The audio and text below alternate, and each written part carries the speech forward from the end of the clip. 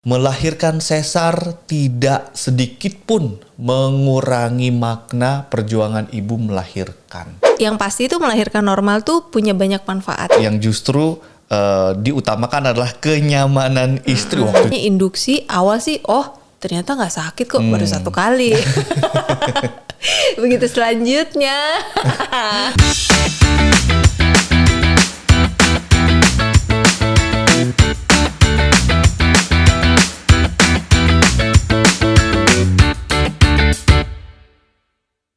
Halo, apa kabar semua? Selamat Halo. datang kembali di Ruang Keluarga. Semoga tayangan-tayangan kita bisa menghibur atau mungkin menginspirasi waktu-waktu senggang teman-teman semua ya. Senggang. Senggang. Kalau ngomong waktu senggang kamu biasanya ngapain? Kalau aku biasanya tidur. Tidur. Karena itu kayaknya Susah soalnya. susah tidur, susah untuk ambil waktu Iya. tidur. Kalau kamu ngapain? Selain scrolling Instagram, ngeliatin tuh sampai lama, apalagi? Liatin, iya, kadang Instagram anak-anak gitu kan. Terus banyakan sih kalau di kantor juga kalau lagi senggang gitu ngeliatin foto-fotonya dia, foto-foto dari zaman dia baru lahir sehari, kemudian seminggu, sebulan, terus sekarang udah mau 2 tahun, perkembangannya pesat banget. Nggak Karena kadang-kadang kerasa ya? terharu gitu ngelihatnya, bisa juga ya gue ngedein anak. Baru ngegedein ya, maksudnya Iya. belum pada tahap mendidik seperti orang-orang yang memang lebih complicated kan. Itu lebih advance lagi ya? Lebih advance lagi. Tapi overall gitu ngelihat anak berkembang tuh alhamdulillah banget, bersyukur banget punya anak yang sehat, tumbuh kembangnya cepat gitu ya.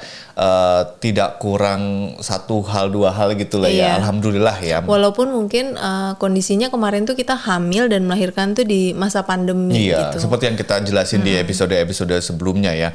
Kalau di episode sebelumnya kita pernah sempat membahas soal hamil di masa pandemi. Iya. Ini kita mungkin akan sharing juga soal melahirkan. Melahirkan di masa pandemi, karena itu juga punya tantangan-tantangan tersendiri. Banyak. Jadi ini mudah-mudahan memang relate ya sama banyak orang yang ternyata mendadak hamil ketika pandemi dan mendadak harus melahirkan kata pandemi ya. Iya. Tantangannya apa aja nih? Tantangannya nomor 1 ya jangan sampai ketularan. Gimana caranya nggak ketularan dengan posisi kerjaan yang sekarang, kerjaan kamu, kerjaan aku, dengan kondisi waktu itu kan pandemi mencekam ya. Melahirkan tuh kan banyak berita-berita kalau habis melahirkan ada yang dipisahkan dengan ibunya, padahal itu butuh Harus banget yang sesar namanya gitu ya. Setelah melahirkan tuh kita pegang tuh butuh banget gitu loh. Ternyata harus dipisah. Ternyata Itu harus kan, dipisah. Tapi tadi pas dibilang bahwa kita tidak boleh tertular, itu benar-benar membutuhkan komitmen yang sangat-sangat luar biasa gitu loh. Karena kita berpikir bahwa saat itu pandemi, penyakit itu bukan takdir. Jadi jangan sampai kita berpikir itu, kalau kita berpikir penyakit itu takdir, ya udahlah, sudah saatnya kena. Enggak, karena kita jangan sampai apa yang bisa diusahakan kita usahakan, jangan sampai kena. Karena apa? Demi anak. Gitu kan, bukan kalau kita sendiri ya udah kena ya udah lah. Tapi kalau misalnya anak udah kena terdampak, pasti kan ada sesuatu yang berbeda di tubuhnya ya. Iya, ada karena yang masih berubah. kecil kan, dia masih belum mature lah tubuhnya, itu masih dalam tahap pembentukan, terus tahap pertumbuhan. Betul. Yang itu harus dijaga baik-baik sih. Jadi jangan sampai tertular pertama tuh komitmen. Terus waktu itu kan kerjaan juga sebagai jurnalis, kerjaanku ya sebagai jurnalis. Mobile ya kemana-mana, ketemu banyak orang. Terus udah gitu ya pokoknya harus dijagain banget lah gitu ya. Kamu juga terlihat sibuk juga kan? Ya intinya sih kan kalau pandemi itu yang dibatasi apa? Jaga jarak, terus habis itu mengurangi interaksi. Tapi kan kerjaannya berinteraksi dengan orang terus, jadi ya susah juga. Nah, itu tadi tantangan-tantangannya yang perlu disiapkan. Apalagi kalau kita melahirkan secara general saja sudah challenging, ini melahirkan di kala pandemi. Yang pertama mungkin soal budget ya. Budget Soal budget itu kita penting. udah bahas ya. Kalau kita di bulan pertama aja kita udah nyiapin budget. Jadi kita udah ngelihat asuransi khusus untuk laki-laki, asuransi kantor nge-cover nggak melahirkan, dan kalau sesar berapa di covernya, kalau melahirkan normal berapa. Dan plus harus ditambahkan dengan biaya tak terduga lainnya, karena ternyata setelah melahirkan tuh bisa ada komplikasi lainnya. Kayak waktu itu aku ada komplikasi di infeksi gitu, terus ada ketidakcocokan. Bengkak deh budgetnya. Jadi memang harus ada budget tidak terduga itu harus ada. Nah, banyak sharing sama teman untuk pilih dokter kandungan. Karena dokter kandungan itu mulai dari usia janin masih sangat-sangat dini sampai kemudian sampai melahirkan kalau bisa sama ya. Jadi dia tahu track recordnya. Tapi jangan lupa untuk memilih juga punya second opinion. Iya. Waktu itu kita memang udah ada dokter yang cukup nyaman lah di sini, orangnya baik, terus bisa dikontak kapan aja, perhatian. Nah tapi ketika menjelang akhir mau melahirkan tuh banyak orang yang bilang, oh ini mah dokternya prosesar. Ada yang coba cari dokter yang pro hamil melahirkan normal gitu ya. Kita coba cari opini-opini yang ternyata kenyamanan dengan dokter itu adalah penting. Yang utama. Jadi kita kita ngotot mau normal, dia ngotot mau lahir normal. Tapi ketika cari dokter yang kayaknya ini orang prosesnya, jadi kita cari yang pro normal, ternyata nggak nyaman, jadi akhirnya balik lagi ke dokter yang ini. Dan ternyata judgement dia itu bukan karena prosesar dan pro normal, karena melihat kondisi si janin, kondisi si ibu. Jadi mungkin aku pengen bilang kalau misalnya banyak di luaran sana bilang itu dokternya prosesar, pro normal, menurutku nggak juga ya, karena dokter itu kan pasti punya judgement tersendiri dan dia itu memang memberikan itu kan dia punya yang namanya analisa dan memang tugas dia adalah memberikan sesuatu tuh yang terbaik dan paling aman buat kita gitu. Iya, jadi yang justru diutamakan adalah kenyamanan istri. Waktu itu juga kita sempat ngotot mau normal ya. Jadi sama orang kita kemakan juga sama teman-teman. Oh ini kan dokter prosesar, akhirnya cari opini yang kedua. Dan ternyata emang janin Bia waktu itu cukup besar 3,8 dan ternyata juga ada banyak kendala. Dokter itu menyarankan untuk sesar, tapi dia tetap pengennya normal karena ada beberapa pandangan-pandangan dari seorang ibu, apalagi anak pertama yang perlu diluruskan nih terkait lahir normal dan sesar ya. Iya. Karena pengennya jadi ibu sejati apa gimana sih waktu itu? Jadi ya tetap jadi ibu ya. Cuman maksudnya gini, kalau yang pasti itu melahirkan normal tuh punya banyak manfaat. Jadi salah satunya adalah ketika janin tuh melalui jalan lahir yang sebenarnya, yang seharusnya yang dikodratkan yang di atas, itu dia akan ada dia akan melewati namanya lapisan lendiran, yang dimana di situ tuh ada banyak mikroba dan bakteri baik yang akan memberikan perlindungan untuk dia.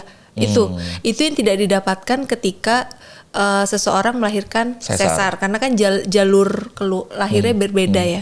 Terus kemudian yang kedua, biasanya kalau ibu yang lahir normal itu secara hormon tuh tubuh si ibu tuh tahu sudah melahirkan, susunya diproduksi gitu. Jadi untuk menyusui itu agak lebih bisa lebih dimudahkan lah, walaupun memang ada beberapa juga menyusui itu tantangan tersendiri, nanti kita ceritain. Tapi itu idealnya ya guys ya. Nah kemarin itu sebenarnya dokternya pun tahu gitu, memahami mau normal nggak apa-apa, dicoba dulu. Waktu itu kan aku diberikan kesempatan untuk normal. Jadi kita diberikan kesempatan untuk induksi itu karena memang bayinya nggak keluar-keluar. Udah saatnya keluar tapi nggak kayaknya mau. nih orang betah banget. Kalau dia bisa ngomong sekarang nggak mau, masih tetap di dalam gitu ya. Jadi akhirnya kita pilih, kita seneng-seneng dulu waktu itu ya. Makan-makan dulu. Iya, jadi janjian sama dokter itu masuk tuh jam 2 siang kan. Jam 2 siang mau masuk ke rumah sakit untuk diinduksi yang pertama, tapi sebelum itu kita makan siang dulu, enak-enak dulu, ketawa-ketawa gitu ya, karena mau diinduksi. Dan ternyata gue baru ngelihat proses induksi itu memang kata orang menyakitkan, memang benar-benar menyakitkan. Kita nyaksinnya aja kan, dan itu induksi sampai berapa jam sih dari masuk sampai sore? 24 jam lebih. 24 jam Jadi lebih. dari jam 2 siang itu aku baru akhirnya diputuskan sesar kan jam 5 sore. Terus masih harus nunggu lagi. Besoknya itu loh, jam 5 sore besoknya. Iya, besoknya. Jadi 24 jam lebih kan. Terus plus harus nunggu lagi urutan operasi karena memang di schedule-kannya kan normal, diberikan kesempatan aku untuk normal. Nah, pada saat itu tuh kita tuh induksi awal sih ternyata nggak sakit kok, baru 1 kali. Begitu selanjutnya itu induksi berjalan sampai akhirnya pembukaan ke-7 ya. Pembukaan ke-7 ternyata dicek sama dokter, kepalanya miring. Posisinya benar sebenarnya, kepalanya di bawah tapi miring dia gini. Jadi Jadi bukannya harus lebih lebar lagi kan, karena kepala ukurannya sama pundak. besar seperti yang dianjurkan oleh dokter awalnya sesar, tapi kita tetap mau normal karena tadi dengan berbagai macam kelebihan ya, ternyata miring juga. Dan waktu itu dramanya dimulai di saat-saat memilih antara sesar dan juga memilih antara normal. Karena kalau normal resikonya harus divakum ya, dan Harus itu divakum. resikonya apa ya waktu Dan divakumnya? waktu itu posisinya aku tuh tipenya yang begitu mengalami kesakitan yang luar biasa, aku tuh yang kena di lambung. Jadi nggak bisa makan, nggak bisa minum kan. Minum air putih muntah, minum teh muntah, padahal udah 24 jam lebih, seharian lebih, tenaga udah habis. Akhirnya waktu itu kan di infus. Setelah diinfus ada tenaga lagi. Tapi kan kalau untuk melahirkan normal tuh butuh tenaga ekstra buat si ibu untuk mengejar dan posisinya mengeluarkan gitu. miring. Iya gitu. Terus kemudian harus di vakum ya. Dan itu sebenarnya bisa-bisa aja, cuman beresikonya adalah ini kan kepala bayi itu kan masih lembek ya, masih lembut gitu. Takutnya ada sesuatu yang agak kurang pas treatmentnya dan lain sebagainya, itu membahayakan. Jadi si dokter dia sih akhirnya menyarankan kayaknya nggak bisa normal. Tapi waktu itu dia masih kekeh pengen ngelahirin normal, meskipun waktu itu antara hidup dan mati ya, karena kamu udah salawatan, udah wirid. Gue juga udah ketakutan ngeliatnya, ini gimana ya, baru pertama kali ngeliat juga kan ya.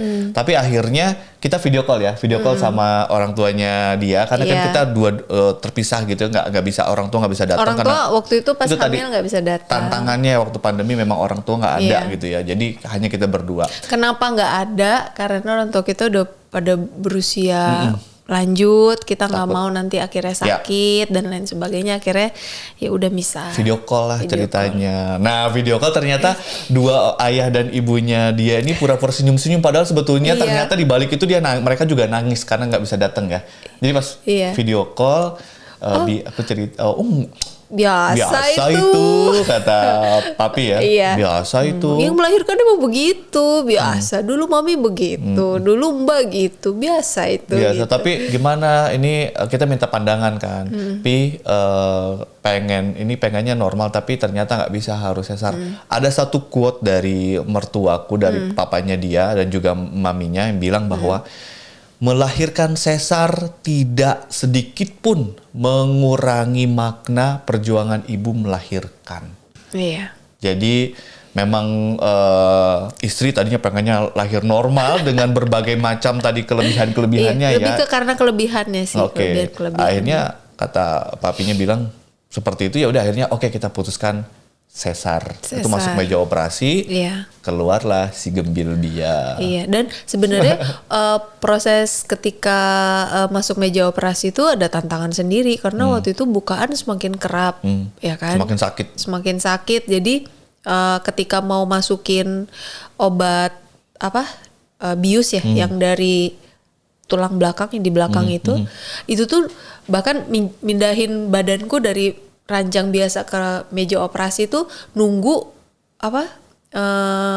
kontraksinya itu berhenti dulu, pindahin, ntar kontraksi lagi, sakit lagi, terus habis itu bangun, habis itu ketika disuntikan obat bius itu nunggu kontraksinya dan itu udah nggak ada rasanya lagi, karena katanya sih bilang itu sakit banget ketika saking kontraksinya, ternyata itu jauh lebih sakit kontraksinya. Kontraksi itu yang dipaksa sakit karena induksi ya. Itu lebih jauh lebih sakit. Oke, itu kan kamu melahirkan waktu ditemani oleh suami. Iya. Nah, kalau baca survei 78% perempuan ingin melahirkan ditemani oleh suami. Sisanya oleh ibu. Nah, kamu sendiri gimana? Kalau aku pengen dua-duanya. Dua-duanya.